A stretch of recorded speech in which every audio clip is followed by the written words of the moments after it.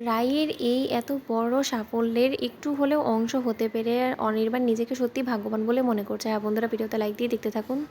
অনির্বাণ যখন জানতে পারে এসএস এর পাবলিকেশনের ওনার রাইয়ের বস, আর ঠিক সেই সময় অনির্বাণ ঠিক করে ফেলে যে না, যে কোনো কাজ বাদ দিয়ে হলেও রাইয়ের এই এত বড় একটা অ্যাচিভমেন্টের দিনে অনির্বাণ ঠকিও রাইয়ের পাশে উপস্থিত হবে। ওদিকে অনির্বাণ ভাবতে থাকে যে আচ্ছা, রাই কি কালকে আসবে। ওদিকে অনির্বাণ যখন ম্যানেজারকে জিজ্ঞেস করে যে আপনি খবর নিয়েছেন যে ওখানে রায়পূর্ণা দেবী যাবে, তখন এই কথা বলা মাত্র অনির্বাণের ম্যানেজার বলতে থাকে যে হ্যাঁ স্যার, রায়পূর্ণা দেবী না এসে কী করবে বলুন তো, ওনাকে তো আসতেই হবে, কারণ উনি তো এমপ্লয়মেন্ট অফ দ্য ইয়ার হয়েছে, আর ওনাকে তো তাহলে আসতেই হবে, ওনাকে তো সপরিবার ইনভাইট করা হয়েছে ওই অ্যানুয়াল ফাংশনে। তখন এই কথা বলা মাত্র অনির্বাণ বলতে থাকে আপনি ঠিক শিওর জানেন তো যে রাই কালকে এই প্রাইজটা পাবে। তখন এই কথা বলা মাত্র অনির্বাণের ম্যানেজার বলতে থাকে যে হ্যাঁ স্যার, আমি যখন জানতে পেরেছি যে এটা রায়পূর্ণা দেবী মানে আমাদের ম্যাডাম, তখন তো আমার গর্বে এবারে বুকটা ফুলে গিয়েছে। আমরা খুবই গর্ববতী যে ওনার মতন একটা এমপ্লয় আমাদের অফিসে একটা সময় কাজ করতো, আর এখন তো উনি আমাদের ম্যাডামও। তখন এই কথা বলা মাত্র অনির্বাণ বলতে থাকে যে আর এক মুহূর্তে অপেক্ষা করা যাবে না, যে করেই হোক না কেন কালকে শত কাজ পেলে হলেও আমি আমার ব্যস্ততা ছেড়ে হলেও আমি ওখানে যাব, আমি নিজ হাতে রাইয়েরই সফলতার সাক্ষী হতে চাই। ওদিকে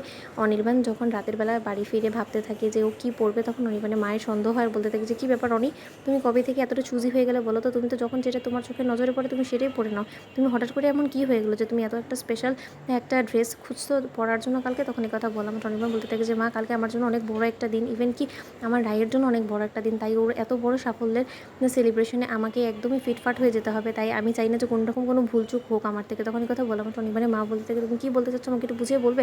তখন এই কথা বলা মাত্র অনির্বাণ ওর মাকে বলতে থাকে যে মা, আমাদের রাই এমপ্লয়ি অফ দ্য ইয়ার হতে চলেছে, আর তাদের অফিসের অ্যানুয়াল ফাংশন আমাকে চিফ গেস্ট হিসেবে ইনভাইট করা হয়েছে, তাহলে কত বড় একটা দিন আমার জন্য কালকে, তুমি ভাবতে পারছো। তখন এই কথা বলা মাত্র অনির্বাণের মা বলতে থাকে যে অনেক তোমার কি মাথা খারাপ হয়ে গেছে, সামান্য একটা এমপ্লয়ার অফ দ্য ইয়ারের অ্যাওয়ার্ড দেওয়ার জন্য তোমাকে চিফ গেস্ট হয়ে তোমার বউকে ওইখানে প্রাইজটা তুলে দিতে হবে। তোমার জন্য এর থেকে লজ্জাদায়ক আর কোনো কিছু হতে পারে বলো তো, যেখানে কিনা তুমি এত বড় একটা অ্যাড এজেন্সি চালাও, সেখানে কিনা তোমার বউ সামান্য একটা এমপ্লয়ি অফ দ্য ইয়ারের অ্যাওয়ার্ড পাবে, আর সেটা তোমাকে নিজ হাতে তার হাতে তুলে দিতে হবে। তুমি বুঝতে পারছো তোমার জন্য কতটা লজ্জাদায়ক এই জিনিসটা, তুমি সেটাও বুঝতে পারছো না, নাকি তুমি অন্ধ হয়ে গেছো বলো তো, রায়ের ভালোবাসা তুমি পাগল হয়ে গেছো অনির্বাণ, তুমি অন্তত একটু হলেও নিজের সেন্সটাকে বজায় রাখো। তখন এই কথা বলা মাত্র অনির্বাণ বলতে থাকে আহ মা, আমি চাই না এখন আর এটা নিয়ে তুমি কোনো রকম কোনো নতুন করে অশান্তি সৃষ্টি করো। তুমি কেন বুঝতে চাইছো না বলো তো, রাই একটা সময় আমার এমপ্লয়ি ছিল, আর সে আমার কাছ থেকে কাজটা শিখে আজকে এতটা উন্নতি করতে পেরেছে, এতটা সাফল্য চূড়ায় অবধি পৌঁছাতে পেরেছে, যেখানে কিনা ও নিজের নামটা নিজে করে তুলতে পেরেছে। ওর এই প্রজেক্টের ধারা সকলের কাছে ওর কোম্পানিকে রিপ্রেজেন্ট করেছে। তাহলে আমি খুশি হব না তো কী হবো বলো তো, তোমার তো গায়ে লাগছে, কারণ সেটাই বুঝতে পারছি না তুমি কেন সবসময় ওকে নিচু করে দেখো বলো তো।